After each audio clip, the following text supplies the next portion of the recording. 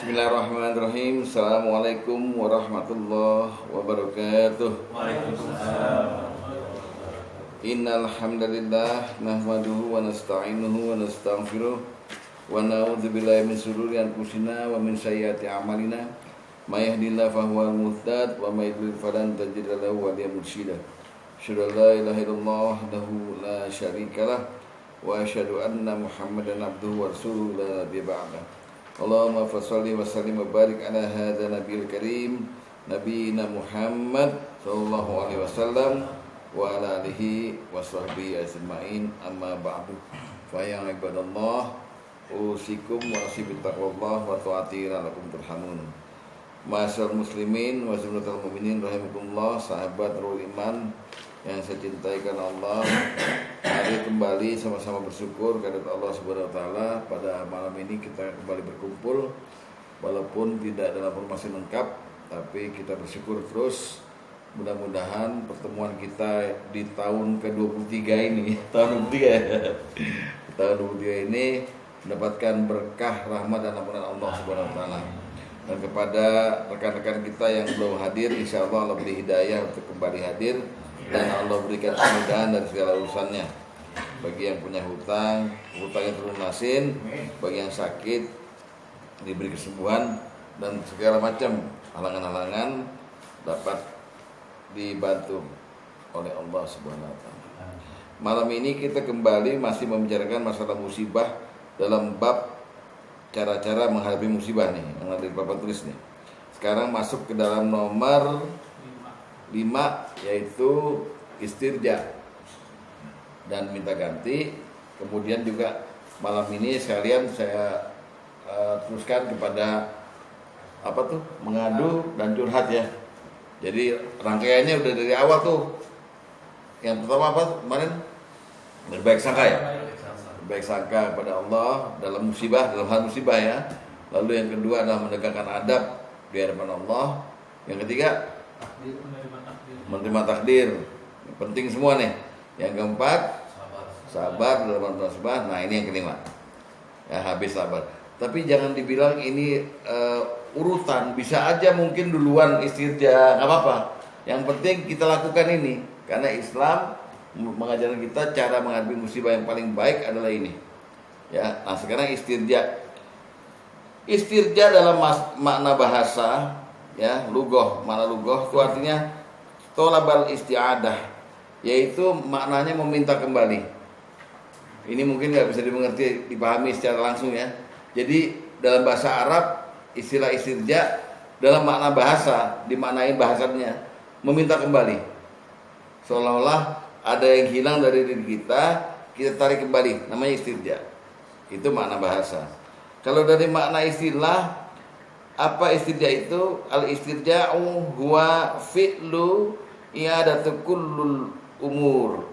Tindakan mengembalikan segala urusan. Bima fi dzalika nafsu wal jasad, termasuk jiwa dan raga kita, dan ilallahi ta'ala, kepada Allah Ta'ala. Jadi mengembalikan semua urusan termasuk jiwa dan raga kita kepada Allah Ta'ala. Lihat, bisifatihi maliku kulli syai'in, karena dia yang memiliki segala sesuatu. Jadi ada alasan ini. Istirja adalah mengembalikan semua urusan baik jiwa raga kita kepada Allah Ta'ala. Bisifatihi, lantaran dia itu Allah yang memiliki segala sesuatu. Gara-gara dia yang punya, akhirnya kita kalau dapat musibah, ya kita kembaliin ke dia lagi. Itu namanya istirja. Ya, lanjut ya. Nah, kembalinya gimana caranya? Ya, yang diwujudkan dzalika biqiraatil ibarat, dengan mengucapkan sebuah ibarat, sebuah kalimat. Jadi istirja itu syaratnya diucapkan nih. Ini tidak termasuk syarat wajib ini kepada orang yang nggak bisa ngomong. Pakai isyarat nggak apa-apa. Ya misalnya orang bisu, orang apa ya, nggak usah dipaksa. Wajib kamu istirja. Buat kita aja yang normal nih. Nah perkataannya apa? Inna lillahi wa inna ilaihi raji'un. Jangan kebalik. Kadang-kadang malah ngucapinnya innalillahi wa inna ilaihi rajiun. Dua-duanya lillahi. Innalillahi, sesungguhnya kita ini milik Allah, wa inna ilaihi, dan kita kepadanya, kepada Allah itu rajiun, kembali. Jadi itu ya makna dulu ya. Makna istirja itu dalam istilah dalam syariat mengembalikan semua urusan kita, termasuk jiwa dan raga kita, kepada Allah Ta'ala, karena beliau adalah pemilik segala sesuatu. Maknanya begitu. Dengan mengucapkan ibarat atau kalimat innalillahi wa inna ilaihi rajiun. Udah jelas ya. Jadi kalau udah dibilang begini, perasaan sih ini kayaknya mesti kita lewatin itu. Ya, mesti kita lewatin. Harus ngomong begini. Kalau dapat musibah apapun, tidak terbatas pada meninggal orang. Ya, kesandung innalillahi. Boleh itu. Duit hilang innalillahi. Ya. Apapun. Misalnya mau ditagih utang innalillahi. Ya, artinya kita kembalikan pada Allah semuanya, biar Allah yang bisa menolong kita itu. Nah, istirja menurut kesepakatan para ulama juga merupakan respon dari orang sabar. Respon dari orang sabar yang dapat musibah. Atau dibalik, respon dari ahli musibah yang sabar. Itu istirja. Jadi istirja nggak usah diucapkan sama orang-orang yang nggak sabar atau orang-orang yang nggak dapat musibah, nggak usah. Ya, dia respon. Tanggapan orang sabar atau orang musibah yang bersabar terhadap musibah adalah istirja. Nah, mari kita buka ayatnya dulu ya. Silakan ayatnya Al-Baqarah 155 dan 156. Silakan dibuka sekarang. Nanti saya akan membicarakan ayat ini. Al-Baqarah 155 dan 155. 155 dan 156 Pak Tom. Ayo dibuka dulu. Nanti saya bicarakan, saya bimbing untuk pemaknaannya ya. Apa kata Allah? Walanabluwannakum bisyai'im minal khaufi wal ju'. Dan akan aku uji kamu atau kalian ya. Kum itu kan bisa jamak. Dan akan aku uji kamu bisyai'im minal khaufi wal ju', dengan sedikit ketakutan dan kelaparan. Sampai sini ini bukan musibah sebetulnya. Ini bukan dalam pemahaman musibah, cuma ujian. Ya, ujian kan. Dengan sedikit ketakutan dan kelaparan. Ketakutan itu banyak tuh definisinya. Bisa al-hazn, kesedihan, kecemasan, itu ketakutan semua. Khawatir, itu ketakutan semua, ya. Waduh, gimana, takut kehilangan, takut apa semua. Dan kalau kelaparan itu artinya luas. Kelaparan itu luas. Bukan hanya dia kurang makan, bukan. Kurang segalanya itu kelaparannya, ya. Nah, terus wa naqsim minal amwali wal anfusi was samarat, dan akan aku uji kamu juga dengan kekurangan apa tuh? Harta, jiwa dan buah-buahan. Ya. Harta itu, kekurangan harta adalah kemiskinan. Pertama, kefakiran, kemiskinan. Ya, atau bisa kecolongan. Itu kekurangan harta.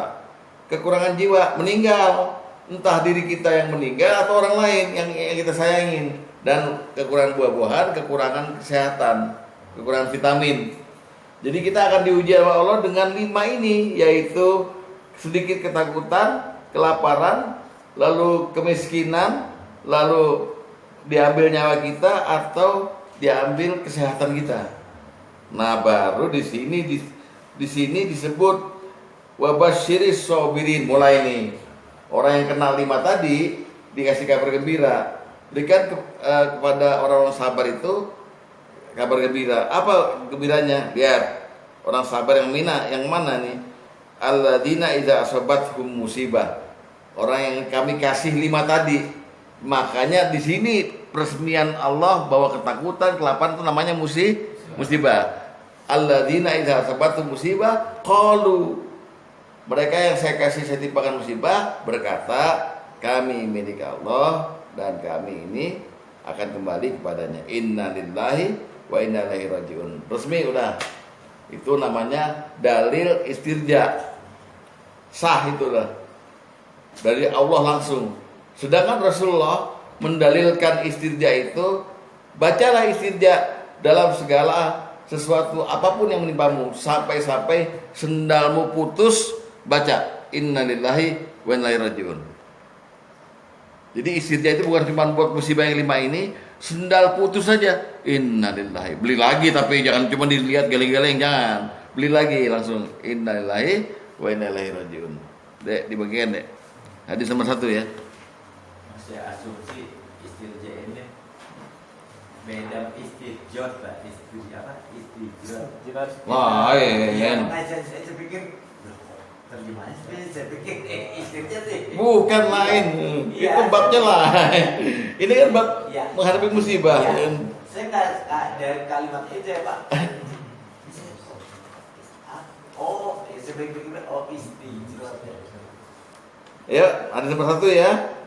Lihat hadis nomor 1 dari Abu Hurairah radhiyallahu anhu, dia berkata Rasulullah SAW bersabda, "Liyastarji' ahadukum fi kulli syai'."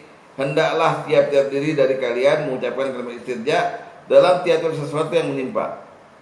Hatta fi syi'i na'lih, sampai-sampai sekedar tali sendal yang terputus.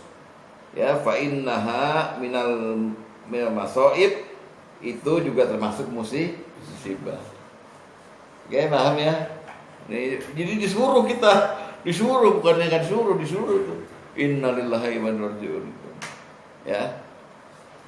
Kelupaan sholat, ya kan, ketiduran, innalillahi, musibah. Dia punya nyawa. Ya. Nah, oke lanjut. Sekarang saya kasih informasi. Dalam tafsir Qurtubi dikatakan begini mengenai ayat ini, ayat 156 ya. Istirja itu adalah kalimat yang tidak pernah diberikan kepada Nabi sebelum Muhammad. Bayangkan tuh. Jadi kayak Fatihah nggak pernah diberikan pada Nabi, ada khusus Muhammad.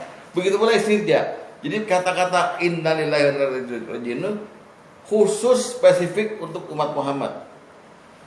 Ya, coba lihat dulu tafsir Qurtubi di dalil nomor 6. Lihat nomor 6. Ya. Apa kata Qurtubi? Lam tu'ti hadhil kalimati nabiyyan qabla nabiyina. Kalimat ini tidak pernah diberikan pada seorang nabi pun sebelum nabi kita. Andaikan sudah diketahui, ya, sudah diketahui oleh Nabi Yakub, ya. Maksudnya andaikan Nabi Yakub udah ngerti kalau musibah istirja, beliau tidak akan mengucapkan duhai duka citaku terhadap Yusuf. Jadi ya, belum ada yang lain. belum ada yang lain. Gitu ya. Nah, yang mengenai duhai duka cita kepada Yusuf tuh begini. Ini antik nih. Dulu 12 putranya Yakub, termasuk Yusuf dan Benyamin ya, kan pernah berkonflik nih. Yusuf masih kecil, Benyamin masih kecil kan, ya. Nah, yang 10 tuh bilang meeting kan, sungguh bapak kita ini gak adil. Kok dia lebih cinta sama Yusuf dan saudaranya dibanding kita? Wa nahnu usbah. Padahal kita tuh kuat dan kita duluan lahir gitu. Akhirnya dia nyoba bawa Yusuf kan, bawa Yusufnya dicemplungin ke sumur, pulang bawa baju darah, ya. Jadi pulangnya bawa Benyamin juga. Jadi yang satu tinggal di sumur, yang 11 pulang. Yakub tahu dari Allah bahwa dia dikhianatin sama anak-anaknya. Ini nggak bener ini. Yusuf belum mati kan gitu. Udah berlalu itu semuanya sampai dia terus menangisi Yusuf sampai buta. Udah kan berlalu nih. Benyamin udah gede. Suatu hari, nah ini nih yang antik nih ceritanya nih. 10 saudara itu dan Benyamin balik lagi ke Mesir untuk waktu itu musim kemarau, minta makanan sama Yusuf selaku pembesar di Mesir. Yusuf tahu ini saudara sendiri, maka dia nyuruh orang untuk naruh gelas emas di karungnya, ya kan? Lalu Yusuf nuduh, kamu mencuri ya? Enggak, kita nggak mencuri, kita mau nyari makanan kemarin. Nih, dilihat karungnya, isinya gelas kerajaan. Ini deh, kamu saya suruh minta ganti nih. Ini yang paling bungsu, si Benyamin, saya tahan, kata Yusuf. Tapi di ruangan lain dia bilang, gua kakak lu. Lu masih inget gak? Gua kakak lu. Oh iya, udah, yang lain biar pulang. Kalau kamu nggak bawa ininya, maka ini saya tahan, si Benyamin. Pulanglah dia kepada bapaknya, lapor, Pak, kita nih mesti ganti nih yang hilang ini. Kalau kita nggak ganti, Benyamin ditahan. Bapaknya nggak percaya lagi. Kejadian kedua nih. Dulu adik lo Yusuf, sekarang adiknya Benyamin begitu. Maka dia bilang, duka citaku terhadap Yusuf, gitu loh. Kalau dia udah tahu innalillahi, dia akan ngomong innalillahi. Oke, paham? Gitu ya. Nah, ini bisa Bapak lihat kisahnya di surat Yusuf ayat 58 sampai 84. 58 nanti aja di rumah, jangan sini. 58 sampai 84. Yang 84 itulah yang dia bilang duka cita. Coba buka yang 84 aja. Ya. Apa kata bapaknya? Wa tawallau anhum wa qol. Yakub berpaling dari mereka, anak-anaknya, seraya berkata, ya asafa ala Yusuf. Aduhai duka citaku terhadap Yusuf. Ya, kalau udah tahu innalillahi kan pasti innalillahi wa inna ilaihi rajiun.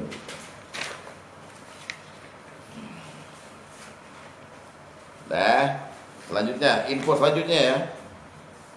Jadi kita nanti bahasnya istirjanya sampai praktek istirja yang benar gimana gitu ya. Oke, sekarang bab selanjutnya, hakikat istirja. Apa sebenarnya istirja itu? Hakikatnya ada 3. Hakikat istirja. Jadi kita ngomongin syariatnya juga, hakikatnya juga. Yang pertama, istirja itu adalah pengakuan, oke? Bahwa semua milik Allah dan semua kembali padanya. Itu pertama tuh, itu mutlak. Yang kedua, istirja adalah tekad atau niat azam, ya, tekad untuk menghamba dan bersandar kepada Allah. Ntar kita sertakan dalilnya. Jadi yang pertama tadi, hakikat istirja adalah pengakuan bahwa semua milik Allah dan semua akan kembali kepadanya. Ini berat ini, nggak semua orang bisa ngakuin begini, Pak. Ya. Yang kedua, istirja adalah tekad untuk menghamba dan bersandar pada Allah. Wah, ini juga berat ya. Dan yang ketiga, istirja adalah memahami bahwa Allah punya kekuatan untuk mengembalikan semua ke dirinya. Allah mampu mengembalikan semuanya. Nomor 3 apa? Memahami bahwa Allah mampu mengembalikan semuanya. Nah, dimulai ya. Ya, kita mulai yang pertama, pelan-pelan ya. Istirja yang pertama hakikatnya adalah mengakui bahwa semua milik Allah dan kepada Allah lah kembali semua urusan. Ini kalau Bapak nggak belajar baik-baik mengenai Allah, tauhid, kok rasanya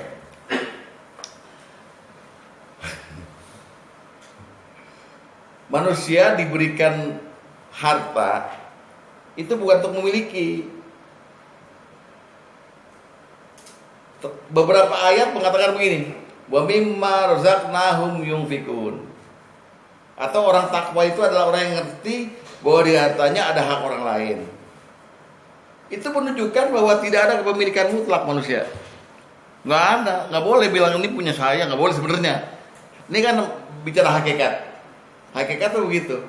Semua milik Allah. Nah, istirja innalillah tuh ya. Ini semua milik Allah nih. Saya nggak ikut punya. Karena saya nggak ikut punya, kalau mau diambil, ambil aja ya Allah. Berat, Pak. Ngakuin itu berat.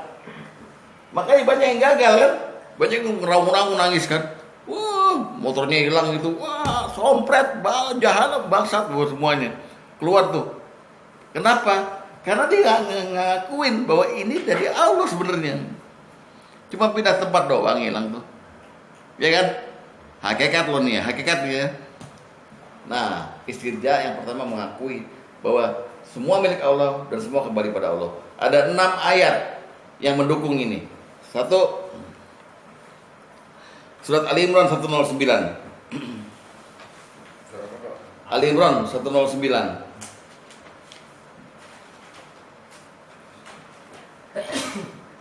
Dilihatnya berkata ya, supaya lebih jelas nih.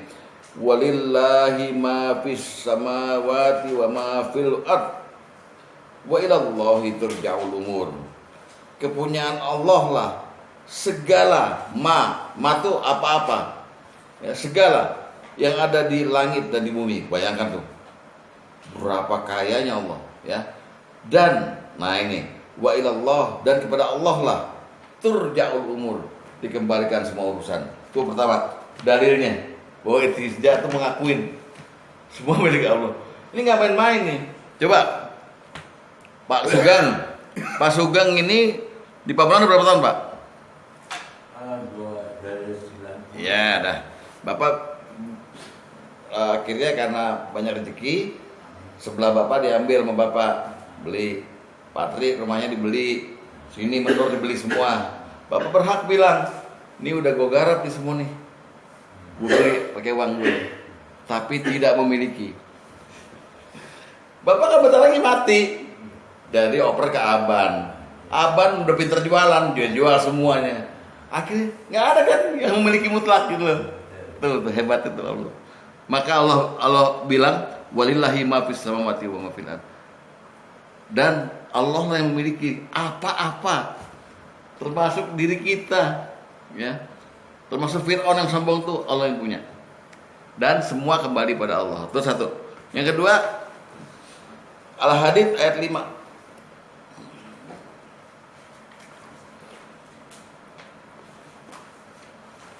Kalau tadi apa-apa, sekarang lihat Al-Hadid ayat 5.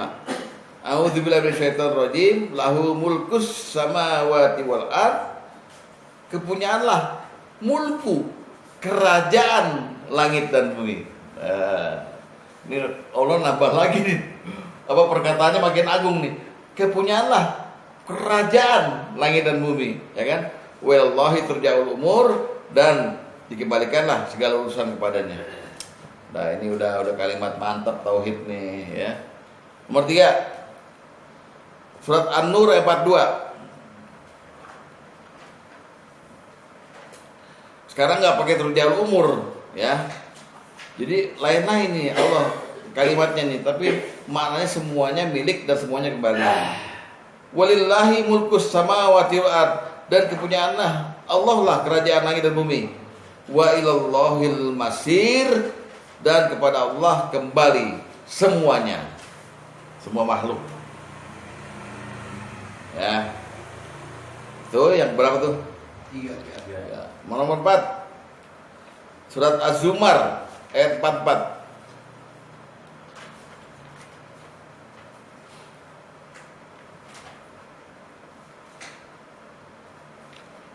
Az-Zumar ayat 44. Coba baik-baik dilihat.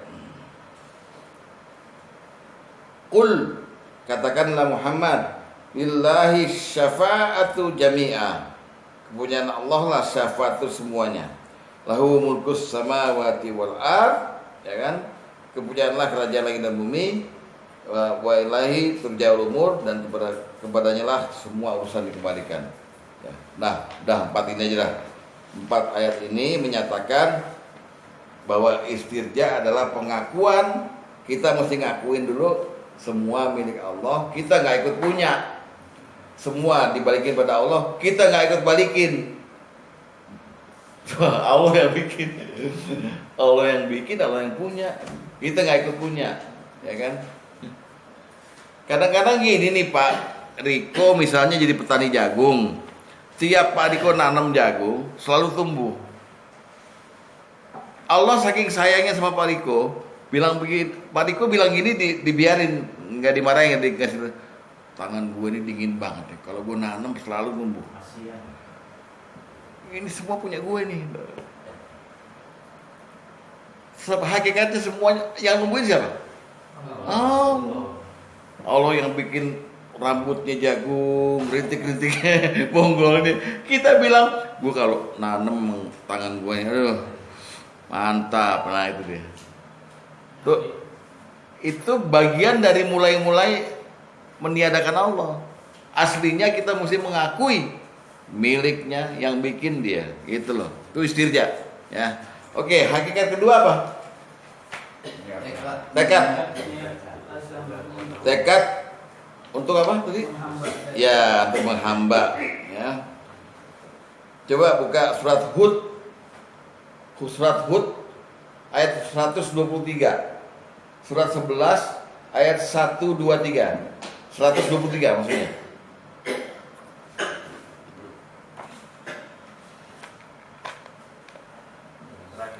No, Pak Ustadz dikasih air putih, dok. No. Ada. Padahal sisi-sisi nggak ada yang ngerokok kan? Mantap. Ya, Hud 123 udah. Oke, kita lihat. Walillahi ghaibus samawati wal ard. Punya Allah lah apa yang gaib di langit dan bumi. Wa ilahi turja'ul umur, turja'ul amru kulluhu. Ya, ini lagi. Dan kepada Allah dikembalikan urusan semuanya. Maka fa'buduhu, sembahlah dia. Ya, kita jadi hamba nih. Wa tawakkal alaih, dan bertawakallah kepadanya. Bersandar kepadanya. Wa ma rabbuka bighafili amma ta'malun. Allah sekali-kali tidak lalai terhadap apa yang kamu kerjakan. Jadi dengan kepemilikan Allah dan dengan kemahadahsyatan Allah mengembalikan semuanya, kita patut jadi hamba yang baik dan kemudian kita nyandar aja kepada Allah, bertawakal. Itulah istirja yang kedua. Jadi kita tekad, ngerti kita karena Allah yang punya. Iya, Hud, ya kan?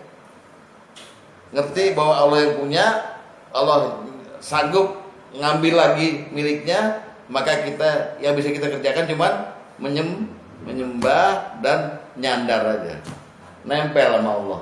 Itu bertawakal. Tawakal ntar saya terangkan tuh di akhir bab ini ya. Ya. Oke. Hakikat ketiga apa? Memahami ya.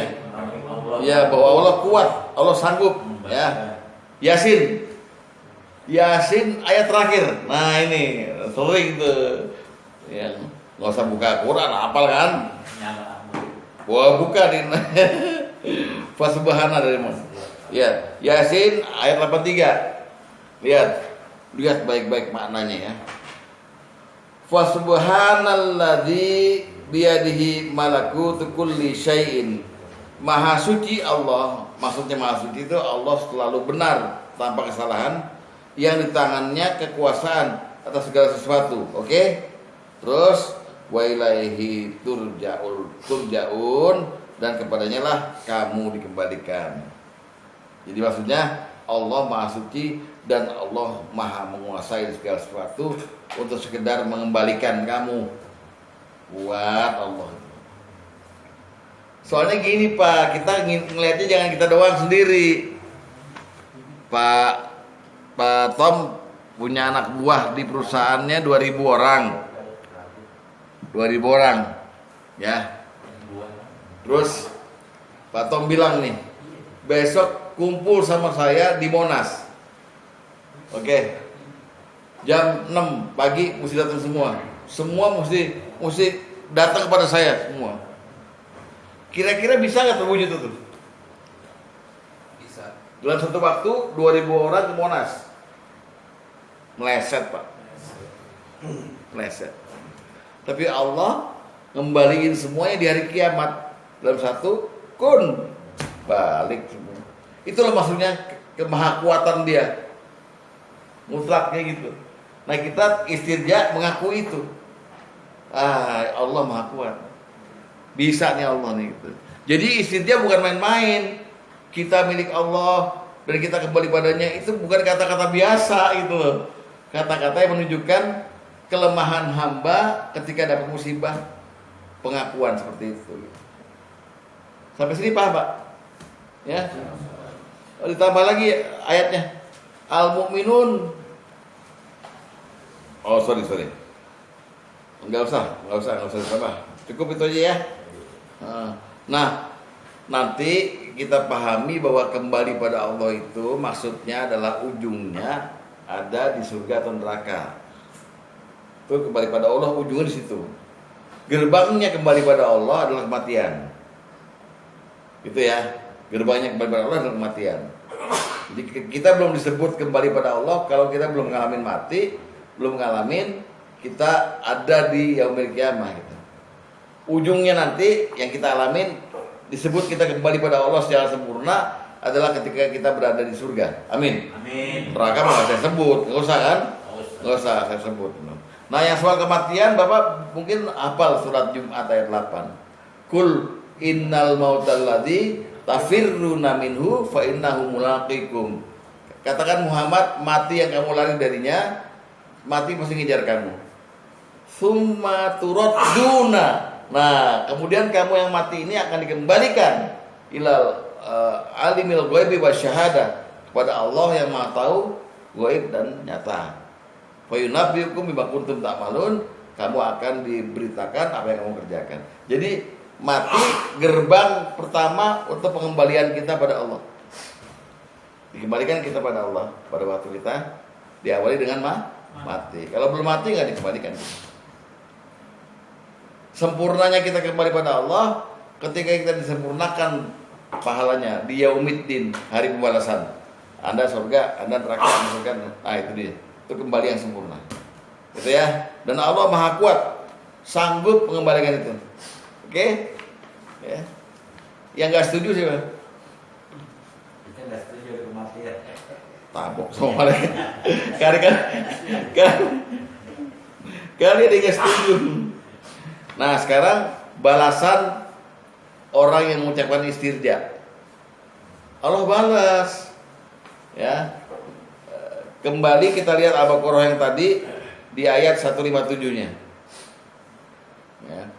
Mulai lagi deh dari 155 biar jelas ya. 155, 156, 157 Al-Baqarah.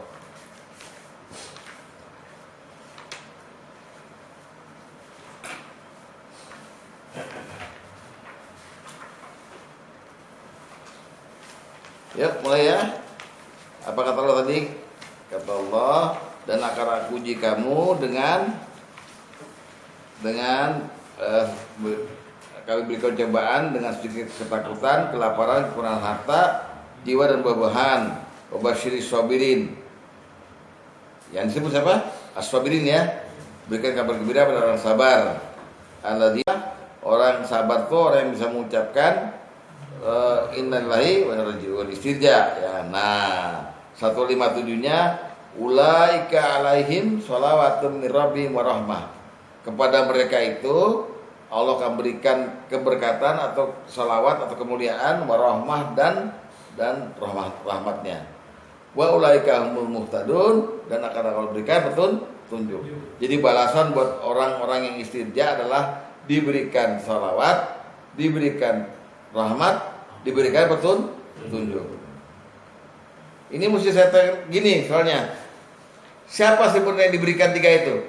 Orang sabar atau orang istirja? Orang siapa?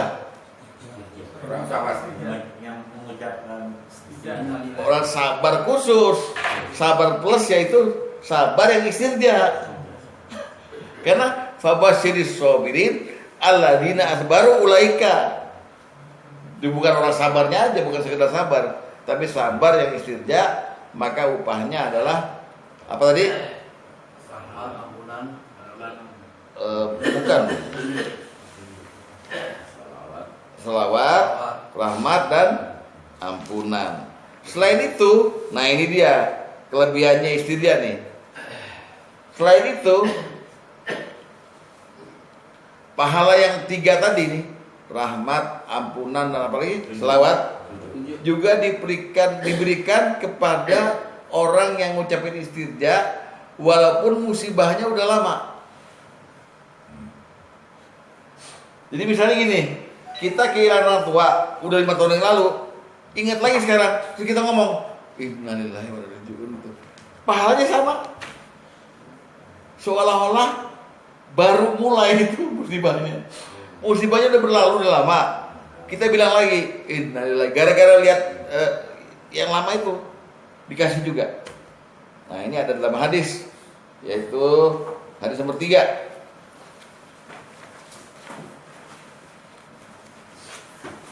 Mari kita lihat dari Al-Husain, dia berkata, Nabi SAW bersabda, barang siapa pernah tertimpa musibah, kemudian teringat kembali kejadian tersebut, lalu mengucapkan istirja, wa in taqaddama ahduha kataballahu lahu minal ajri mislahu yauma usi. Meskipun kejadiannya telah berlalu, maka Allah tetap akan menulis pahalanya. Itu hebatnya istirja. Bapak sekarang ingat lagi aja sama Mutia. Wah, innalillahi, dapat lagi. Selamat gitu. Enak juga rasanya istirja, ya. Mantap kan? Mantap. Tapi nggak sembarangan ya. Sekarang hatinya ngakuin nih. Ya Allah, saya nggak sedih kok, ya Allah, biasa aja gitu. Ya. Ini kan ini punya kamu. Nggak sanggup. Kalau nggak didukung sama sabar, sama segala macam, nggak kuat istirja, Pak. Nggak kuat istirja. Saya nggak ikut punya, ya Allah. Ini bukan punya kamu, ambil. Gitu. Gila nggak?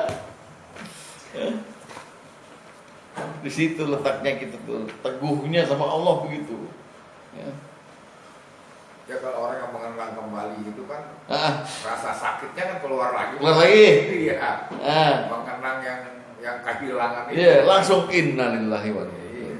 Dapat lagi ulaika lain itu.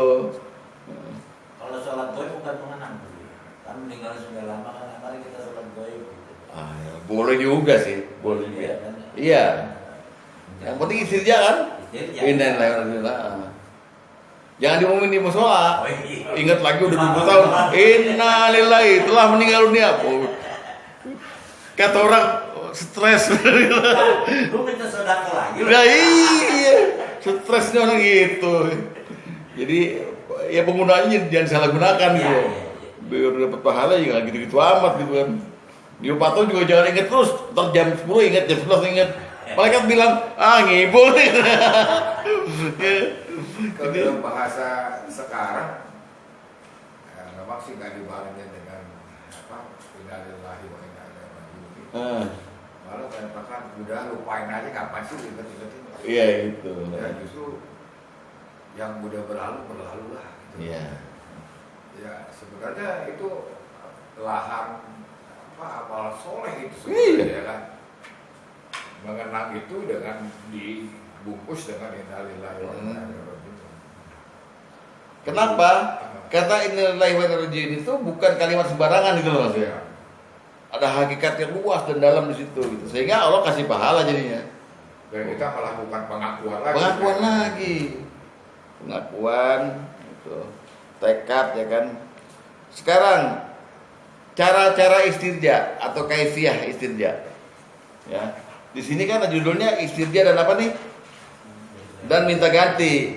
Ya, berarti kita istirja paling baik adalah mengucapkan istirja plus minta ganti sama Allah. Gue kehilangan nih ya Allah, minta ganti dong, gitu maksudnya. Ya. Nah Rasulullah pernah mengajarkan istirja minta ganti ini kepada keluarga Salamah, Abu Salamah, Ummu Salamah itu loh. Yang kelak Ummu Salamah akan jadi istri Rasulullah yang ketujuh. Ummu Salamah ini, ya.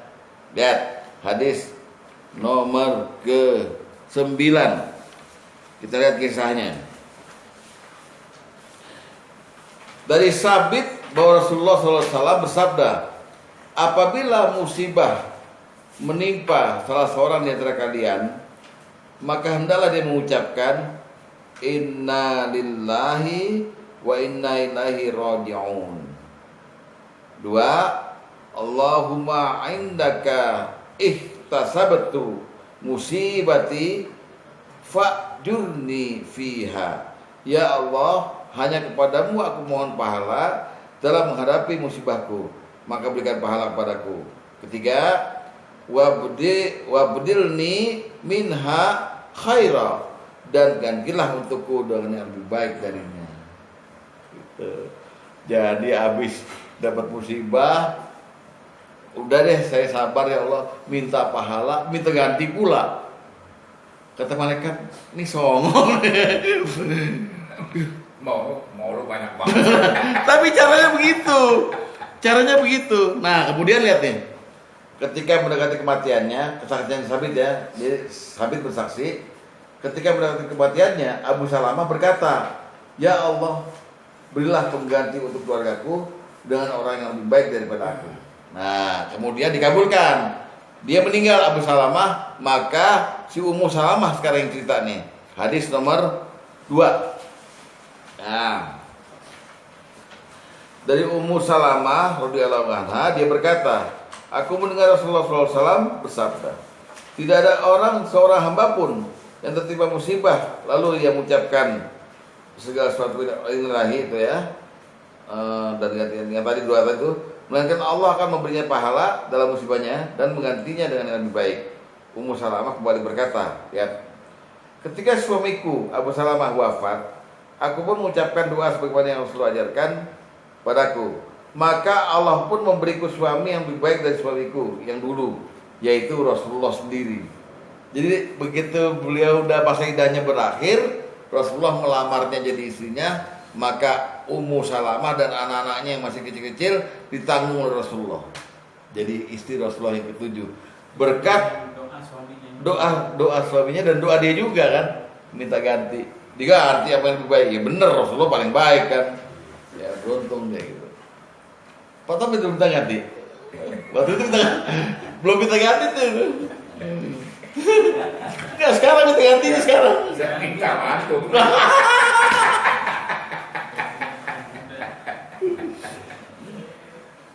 Gantilah aku dengan yang muda. Alhamdulillah dapat ganti deh. Enggak, kalau bapak ingat lagi, istri dia lagi minta ganti lagi. Mudah-mudahan dikabulin gue.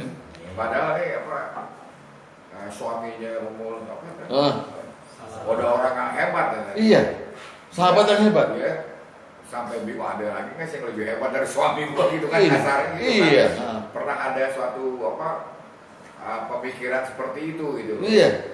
Tapi kalau udah Rasul sih. Iya paling the bestnya suami kan. Karena Rasulullah mengaku juga, ana khairum minkum. Aku lebih baik daripada kamu semua. Ya. Khairukum khairul linisaukum. Sebaik-baik kamu adalah orang yang paling baik pada istrinya, dan aku yang paling baik pada istriku gitu. Ini the best ini.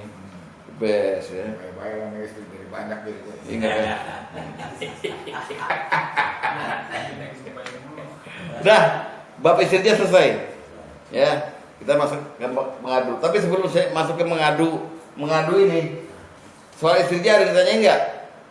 Soal istrinya ada yang mau tanya enggak? Soal istrinya ini. Hah? Guna pakai, bener. Nah ini hakikat lagi nih, omongin Dede nih, hakikat nih. Kita cuma punya hak guna pakai, bukan hak milik ya, hak sewa malah. Kadang-kadang. Iya, titipan gitu. Nah ya, sekarang kita masuk. Setelah istirja, ada proses kadang-kadang kita ini pengen curhat, pengen ngaduin kesusahan kita dapat musibah ya kan? Nah, dalam Islam dilarang kita memberitahukan kesusahan itu pada orang. Bolehnya pada siapa? Bolehnya pada Allah. Ini banyak yang keliru kadang-kadang. Setelah selesai 2 minggu, 3 minggu dapat musibah, mulai ada kita merasakan sedikit kepahitannya, kita curhat sama sahabat kita. Gue mau ngomong sama lo, gue legaan deh kalau udah ngomong sama lo. Nah ini yang tercela. Makanya prosesnya tetap ada, mengadu itu tetap ada, gitu ya. Nah, mengadu setelah musibah ini memang disebutnya berdoa sebetulnya. Kan doa itu artinya menyeru.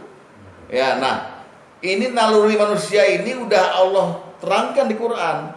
Di surat Fusilat ayat 51. Coba buka surat 41 ayat 51. Buka dulu.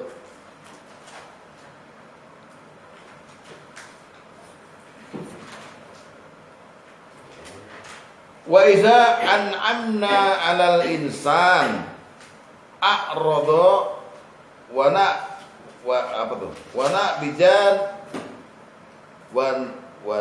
bijanibi. Dan apabila kami memberikan nikmat pada manusia, dia berpaling dan menjauhkan diri. Wa iza massahu syarru, tapi apabila ditimpa musibah atau malapetaka, fadhu du'a arid, maka dia banyak berdoa. Ini udah naluri. Banyak komplain, banyak mengeluh gitu loh. Banyak mengadu gitu ya. Banyak mengadu. Kalau dapat apa? Musibah gitu. Sebenarnya Allah nimpain musibah itu kepengen mancing manusia, lo ngadu nggak sama gua? Dan Allah senang kalau manusia itu ngadunya sama Allah. Boleh, ya Allah kenapa gini sih ya Allah? Yang penting ke Allah, jangan ke orang lain. Ya, lihat hadis seper-8. Hadis seper-8 lihat.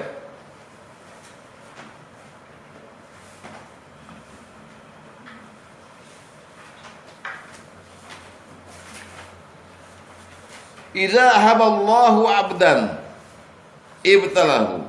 Jika Allah cinta pada seseorang, dia akan mengujinya, akan diujinya dengan musibah. Liyasma'a tadarru'ah, agar Allah mendengar kesungguhan orang berdoa. Jadi ngarah ke Allah. Komplain enggak apa-apa. Oh gini ya Allah, yang penting yang tinggi Allah. Komplain enggak apa-apa, ngadu, curhat. Apa aja kesusahannya, boleh silakan. Ya Allah kok jadi pengkor gitu misalnya saya ya, jadi pengkor gitu, boleh ya. Jangan ke orang lain ya. Tadi ledek sama Pak Sugeng. Gue sengkat gitu. Ya, gitu. Sebagaimana Nabi Yakub ya bukan bersumpah tapi bertekad, aku hanya mau ngadu dan curhat pada Allah, nggak pada yang lainnya. Sehingga berkat aku hanya kepada Allah ngadunya ini, semua informasi mengenai musibahku aku dapat dari Allah. Nabi Yakub tahu Yusuf masih hidup, tahu dia, cuma dia diem.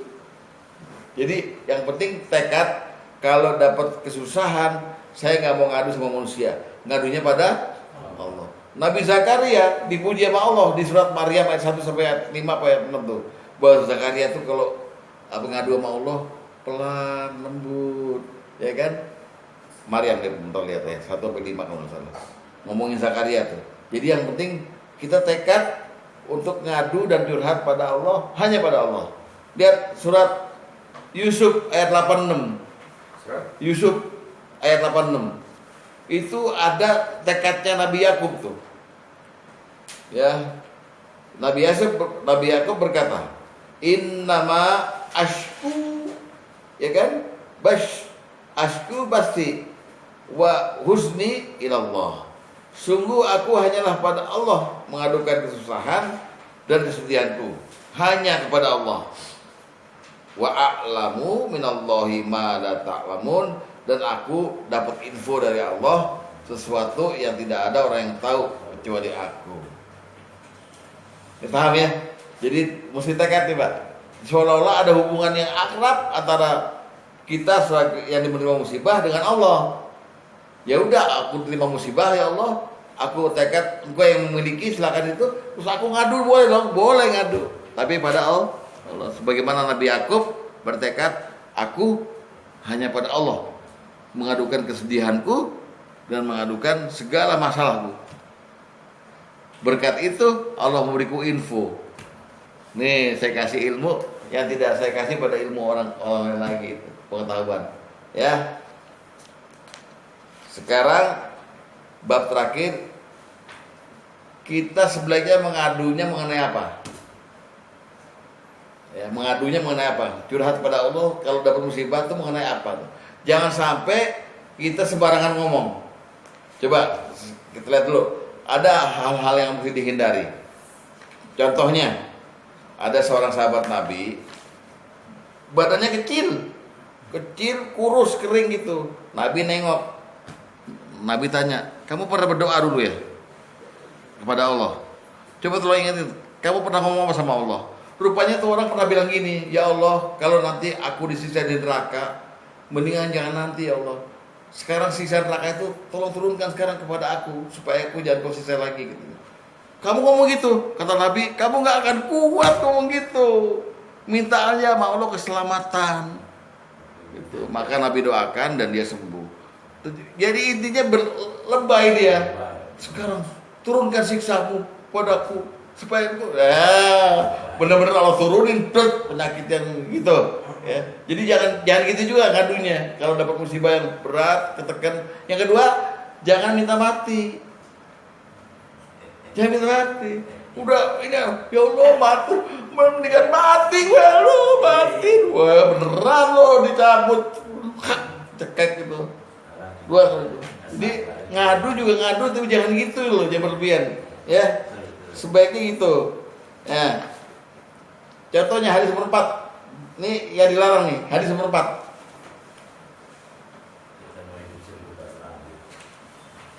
Ya, ini jangan sampai kita ngadu kayak gini ya. Dari Anas radhiyallahu anhu bahwasanya Rasulullah SAW pernah menjenguk seseorang dari kaum muslimin yang sakit dan sangat kurus, bagaikan anak burung. Lalu beliau bertanya padanya, apakah kamu pernah berdoa minta sesuatu kepada Allah? Laki-laki itu menjawab, ya, aku pernah berdoa. Doanya gini, ya Allah, jika engkau akan menyiksaku di akhirat, maka segerakanlah siksa itu di dunia. Ya Allah. Beliau bersabda, subhanallah, kamu tidak akan mampu menghadapinya. Mengapa kamu tidak berdoa? Ya Allah, berikanlah pada kami di dunia kebaikan dan di akhirat kebaikan dan pada kami di dalam neraka. Lalu beliau mendoakan hal itu dan Allah pun memberikan kesembuhan padanya. Jadi ini orang udah sekarat masih ngaku sama Nabi. Dulu saya pernah berdoa minta siksa akhirat. Ya mau lo digencet. Ya. Maksudnya sih biar dia bersih. Iya sih, tapi sembarangan ngomong. Atau yang ini, yang jangan juga, hadis nomor 7. Dari Anas bin Malik, hadis nomor 7. Dari Nabi SAW bahwa beliau bersabda, janganlah salah seorang dari kalian berangan-angan untuk mati karena musibah yang menimpanya. Kepepet kalian. Namun katakanlah, Allahumma ahyini ma kanatal hayatu khairul li wa tawaffani idza kanat al wafatu khairul li. Ya Allah, hidupkanlah aku apabila hidup lebih baik baikku, dan matikanlah aku jika kematian itu lebih baik baikku. Dari kacamatamu ya Allah, bukan dari aku. Jangan bilang mati enak kali ini. Ya beneran. Dibikin setengah mati ntar malah megap-megap gitu. Ya, curhatnya jangan begitu. Tapi yang perlu dicontoh curhatnya Nabi Ayub. Ya kan? Nabi Ayub kan minta sembuh. Anni masaniyad durru wa anta arhamur rahimin. Aku sakit ya Allah. Sakit berat dan Kau Maha Penyayang. Ya, Allah sembuhin. Jangan sembuhkanlah aku. Lama. Aku sakit. Engkau Maha Penyayang. Gitu. Lihat surat Al-Anbiya 83. Al-Anbiya 83. Wa Ayyuba, dan ingatlah ketika Ayub isnada rabbahu, ketika dia mengadu pada Tuhannya. Anni masaniyad durru, sungguh aku telah ditimpa penyakit. Wa anta arhamur rahimin, dan Kau Maha Tuhan yang Maha Penyayang di antara semua penyayang. Itu di ayat selanjutnya disebut Allah memperkenalkan doanya. Padahal dia nggak minta sembuh, tapi Allah bikin sembuh itu. Nah itu ngadu yang benar nih. Aku sakit ya Allah. Ya.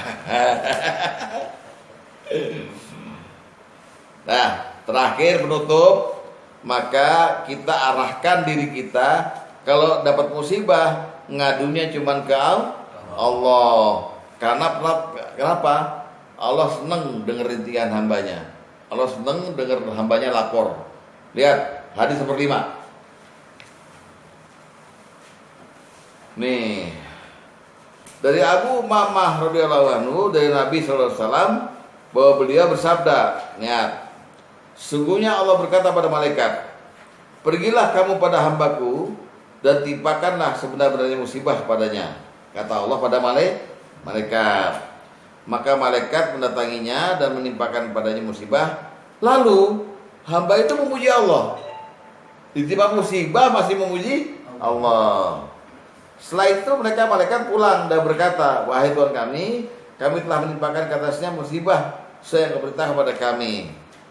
Allah berfirman lagi, kembalilah kamu kepadanya, karena sesungguhnya aku suka mendengar rintihannya. Jadi orang yang ditimpa musibah berkali-kali itu adalah lagi dimainin sama Allah. Aku senang dengar hamba ini ngadu sama aku doang, ya, merintih-rintih. Yang penting kepada siapa? Pada Allah merintihnya, ngadunya. Nah, yang nggak ngadu kepada Allah tapi ngadunya pada manusia, lihat hadis nomor 10. Dapat musibah, terus man asbaha bahwa yasku doikal ma'asi, barang siapa bangun di pagi hari kemudian mengadukan ceritanya pada sesama manusia, faka'an nama yasku rabbah, maka seolah-olah dia telah mengadukan tentang Tuhannya pada makhluknya. Maksudnya dia yang menggibahi Allah. Allah digibah nih. Terus yang kedua, barang siapa merasa sedih dan kondisi dunianya di waktu pagi, maka sungguh dia pagi-pagi telah membenci Allah. Faqad asbaha syakhata 'ala Allah. Barang siapa merendahkan dirinya di hadapan orang kaya, karena kayanya sungguh telah lenyap 2/3 agamanya. Yang dua aja yang penting. Siapa yang ngadu kesedihannya, mengadukan kesusahannya, mengadukan kondisi dunia di waktu pagi kepada manusia lainnya, sama dengan dia menggibah Allah dan sama dengan dia telah membenci Allah di pagi hari itu. Gitu Pak. Ya, demikian jadi malam ini kita telah menyelesaikan tentang istirja dan minta ganti disambung dengan mengadu dan curhat. Insya Allah minggu depan kita lanjutkan lagi yang terakhir itu, yaitu kasab dan ikhtiar ditambah tawakal pada Allah. Sekian, Assalamualaikum warahmatullahi wabarakatuh.